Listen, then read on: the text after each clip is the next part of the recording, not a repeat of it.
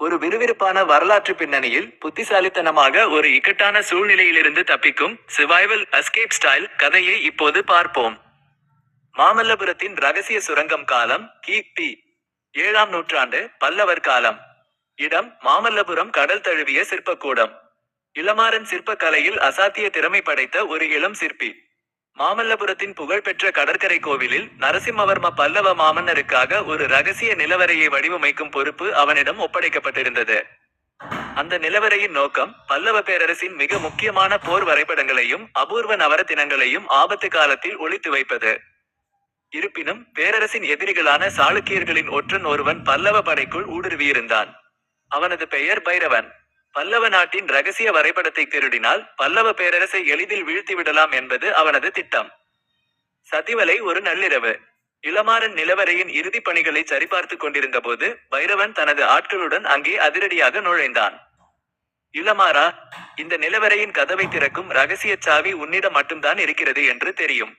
அதை என்னிடம் கொடுத்துவிடு, இல்லையென்றால் இந்த இடமே உனக்கு கல்லறையாகிவிடும் என்று வாளை உருவினான் பைரவன். இளமாறன் பதற்றமடையவில்லை. தன் சாதுரியத்தால் மட்டுமே இவர்களிடமிருந்து தப்பிக்க முடியும் என்பதை உணர்ந்தான். வரைபடம் இருக்கும் முதன்மை அறைக்கு செல்ல 2 வழிகள் உள்ளன. தவறான வழியில் சென்றால் பாறைகள் சரிந்து நம்மை மூடிவிடும். வாருங்கள், நானே உங்களை அழைத்துச் செல்கிறேன் என்று கூறி அவர்களை உள்ளே கூட்டிச் சென்றான். தப்பிக்கும் வியூகம். நிலவரையின் நடுப்பகுதிக்கு வந்ததும் அங்கே 3 பெரிய கல்கதவுகள் இருந்தன.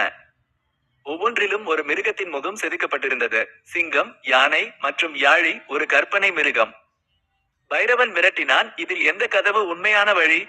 இளமாறன் அமைதியாக, சிங்கத்தின் வாய்க்குள் இருக்கும் கல்லை அழுத்தினால் கதவு திறக்கும் என்றான். பைரவனின் ஆட்கள் வேகமாகச் சென்று சிங்கத்தின் வாயில் இருந்த கல்லை அழுத்தினர். ஆனால் இளமாறன் அவர்களுக்கு தெரியாமல் தரையில் இருந்த ஒரு குறிப்பிட்ட சதுர கல்லை தன் காலால் மிதித்தான். டமார்! அடுத்த நொடி அவர்கள் நின்றிருந்த தரைப்பகுதி 2ஆக பிரிந்தது. அது ஒரு ரகசிய பொறி, டிராப் டோர். பைரவனின் ஆட்கள் நிலை தடுமாறி கீழே இருந்த பாதாள அறையில் விழுந்தனர். ஆனால் சாதுரியமாக ஒரு தூணை கட்டிக்கொண்ட பைரவன் மட்டும் தப்பித்து இளமாறனை நோக்கி பாய்ந்தான். இறுதி போராட்டம் மற்றும் தப்பித்தல். பைரவன் தன் வாளால் இளமாறனை தாக்க வர இளமாறன் சுதாரித்துக் கொண்டு தான் செதுக்குவதற்கு பயன்படுத்தும் ஒளியையும் சுத்தியலையும் எடுத்து அவனது வாளை தடுத்தான். இருவருக்கும் இடையே பலத்த சண்டை நடந்தது. ஒரு சாதாரண சிற்பியால் பயிற்சி பெற்ற ஒற்றனை நீண்ட நேரம் எதிர்கொள்ள முடியாது என்பதை இளமாறன் அறிவான். எனவே தன் தப்பிக்கும் இறுதி உத்தியை கையாண்டான். அங்கே சுவரில் செதுக்கப்பட்டிருந்த யாழி சிற்பத்தின் கண்களை நோக்கி தன் உளியை வேகமாக எறிந்தான். உளி சரியாக அந்த சிற்பத்தின் கண்ணில் பட்டதும் நிலவரையின் பிரம்மாண்ட நீர்க்கதவு, ஸ்லூஸ் கேட், திறந்து கொண்டது.